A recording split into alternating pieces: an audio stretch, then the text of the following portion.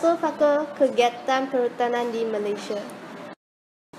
Faktor pertama ialah kekayaan sumber perkayuan. Malaysia memiliki sumber kayu keras tropika yang amat berharga seperti cengal, meranti, seraya, keruing dan balau. Gambar menunjukkan perangkaan perhutanan bagi tahun 2014.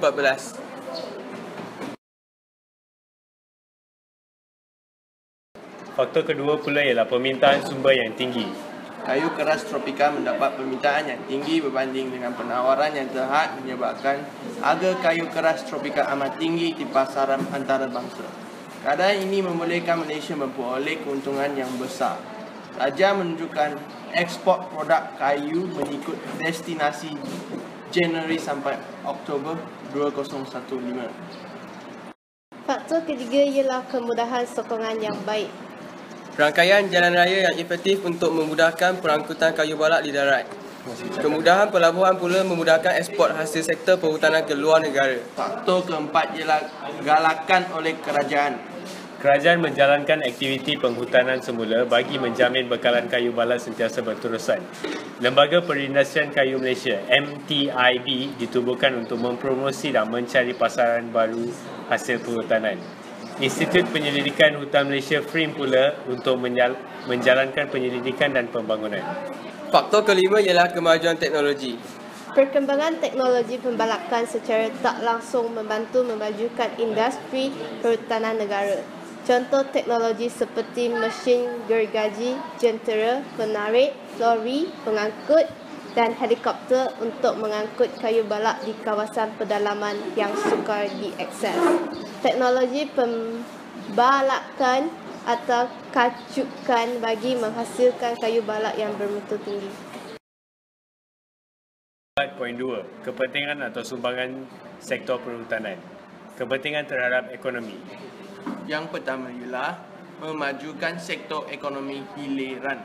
Industri berasaskan kayu seperti industri perabot dan pembuatan kertas dapat dimajukan kerana sumber kayu balak yang berterusan. Industri pembinaan yang terus berkembang kerana sokongan sumber perkayuan yang banyak. Yang kedua, meningkatkan pendapatan negara.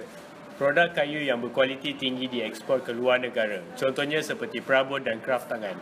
Ekspor akan menambahkan pendapatan negara melalui tukaran mata wang asing dari negara yang lebih tinggi nilai mata wang seperti Eropah dan Jepun. Yang ketiga ialah menyediakan peluang pekerjaan. Sektor pembalakan menyediakan peluang pekerjaan sebagai pembalak, pemandu, pekerja kilang papan, ranger hutan dan pegawai penyelidik dan lain-lain. Hal ini mengurangkan pengangguran, menambah pendapatan per kapita penduduk, meningkatkan kuasa beli dan taraf hidup penduduk. Kepentingan terhadap alam sekitar manusia. Yang pertama ialah sumber kepada penduduk asli. Aktiviti pertanian pindah mengutip hasil hutan dan berburu dijalankan oleh masyarakat asli. Ekosistem hutan menjadi tempat tinggal kepada masyarakat orang asli. Menjual hasil-hasil hutan seperti hasil rotan, dama dan akar-akar kayu untuk perubatan sebagai sumber ekonomi. Kepentingan yang kedua ialah sumber ekopelancongan. Perhutanan penting untuk aktiviti ekopelancongan. Contohnya seperti aktiviti merentas hutan. Kepelbagaian dan keunikan sumber hutan mampu menarik pelancong asing ke Malaysia dan seterusnya meningkatkan pendapatan negara. Yang ketiga ialah kesan pengganda. Kesan pengganda membolehkan perkembangan industri hiliran seperti industri pembuatan perabot, industri pembinaan dan pengangkutan. Kesannya wujud kepelbagaian ekonomi dan rantaian ekonomi yang mempunyai nilai tambah. Kepentingan terhadap alam sekitar fizikal. Yang pertama ialah habitat kepada fauna. Hutan berfungsi sebagai habitat kepada pelbagai hidupan liar, sumber makanan dan juga tempat pembiakan.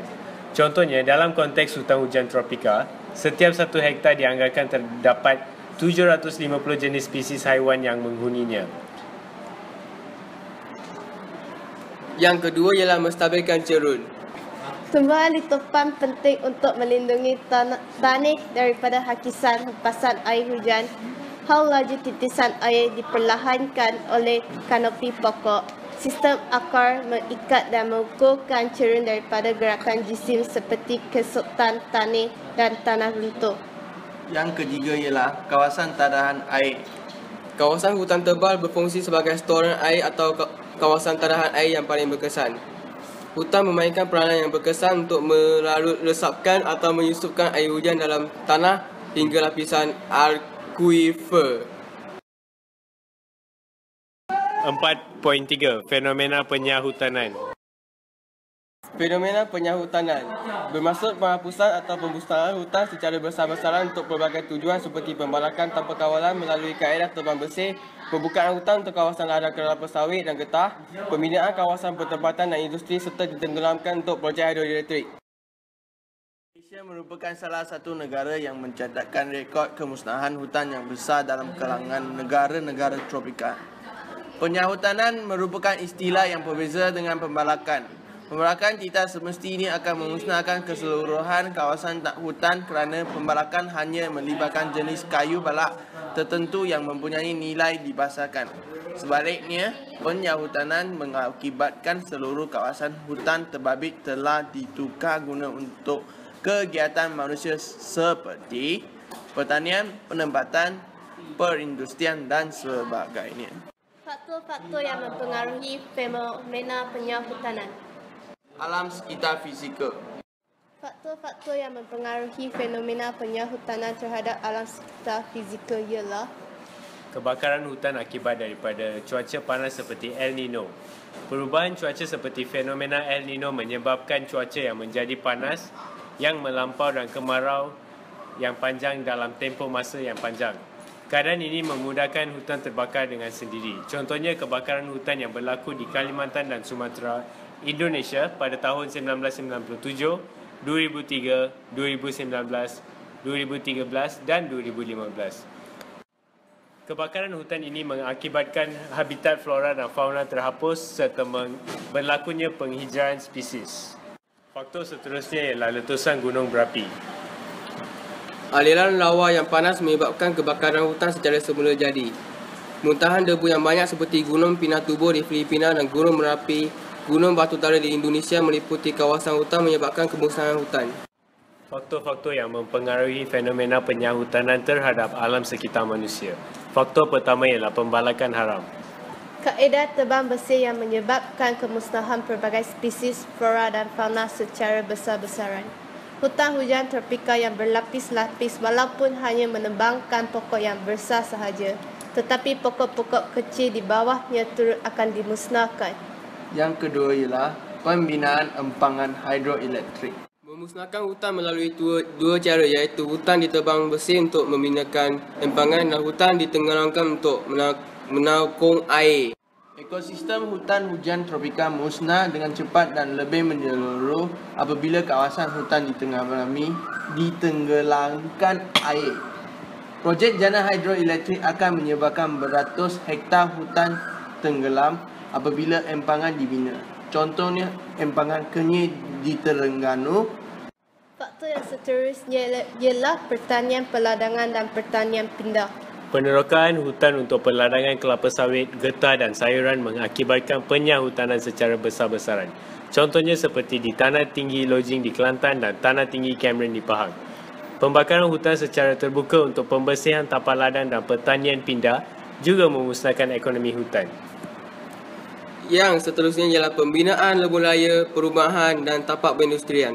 Penyahutanan berpunca daripada aktiviti pembinaan infrastruktur seperti lebuh raya, kabel elektrik, saluran paip dan lain-lain. Skala kemusnahan tidak terlalu luas tetapi memberikan kesan terburuk terhadap kepelbagaian biologi hutan semula jadi.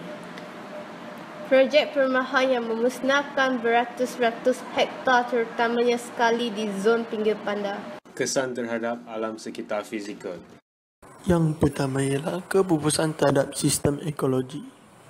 Kepupusan biodiversity. Spesies flora dan fauna terancam. Kepupusan akibat pemusnahan hutan secara besar-besaran. Yang kedua ialah kemusnahan habitat. Hutan sebagai habitat utama kepada haiwan. Haiwan terpaksa bersaing dengan hidupan lain untuk mendapatkan habitat baru. Ketiga ialah kemusnahan rantai makanan dalam ekosistem hutan. Fungsi pokok sebagai pengeluar mengalami kemusnahan, menjejaskan sumber makanan kepada karnivor dan omnivor. Yang terakhir ialah memusnahkan edaran nutrien dalam ekosistem hutan. Memusnahkan edaran nutrien dalam ekosistem hutan. Penebangan hutan menyebabkan nutrien tanah hilang dengan cepat. Proses fotosintesis juga terganggu. Kesan terhadap sistem atmosfera.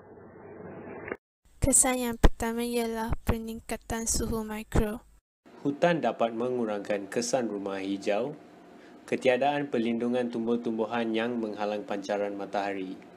Kesan ketiga ialah tepan angin menjadi lebih rendah. Kewujudan dengan cerun tekanan. Tekanan udara menjadi lebih rendah. Dan kesan terakhir ialah mengurangkan kelembapan udara. Hal ini menyebabkan hutan gagal melakukan proses transpirasi dan cuaca menjadi panas dan mudah berlaku jerebu. 4.5. Pembangunan lestari dalam sektor perhutanan di Malaysia. Bermaksud kekal dalam keadaan asal seperti pengekalan alam semula jadi. Kelestarian dalam konteks sektor perhutanan dicapai menerusi usaha pemeliharaan dan pemuliharaan hutan. Langkah perundangan pemeliharaan sumber hutan di Malaysia melalui Dasar Perhutanan Negara 1978. Dibentuk untuk memastikan pengekalan sumber-sumber hutan yang berterusan. Langkah-langkah yang telah diambil ialah: yang pertama, menwujudkan hutan simpan kekal, menwujudkan taman negara dan menwujudkan hutan lipuk. Langkah pekan perundangan pengurusan hutan yang strategik memelihara sumber hutan di Malaysia. Sistem penebangan terpilih. Sistem penebangan terpilih melibatkan penitikberatkan kaedah penebangan hutan secara sistematik, berjadual dan terkawal. Hanya membenarkan pokok balai yang matang dan cukup ukur lilit sahaja akan ditebang. Penghutanan semula, yang itu peladangan hutan. Merupakan projek menanam semula pokok-pokok balak di kawasan yang telah ditebang. Pokok yang cepat tumbuh dan bermutu tinggi akan ditanam. Kaedah Siwikoto. Satu cara pemulihan, penjagaan, perawatan dan penggantian benih hutan. Yang terakhir ialah kerjasama serantau dan antarabangsa. Mengadakan Hari Perhutanan Sedunia. Kerjasama dengan World Wildlife Foundation WWF.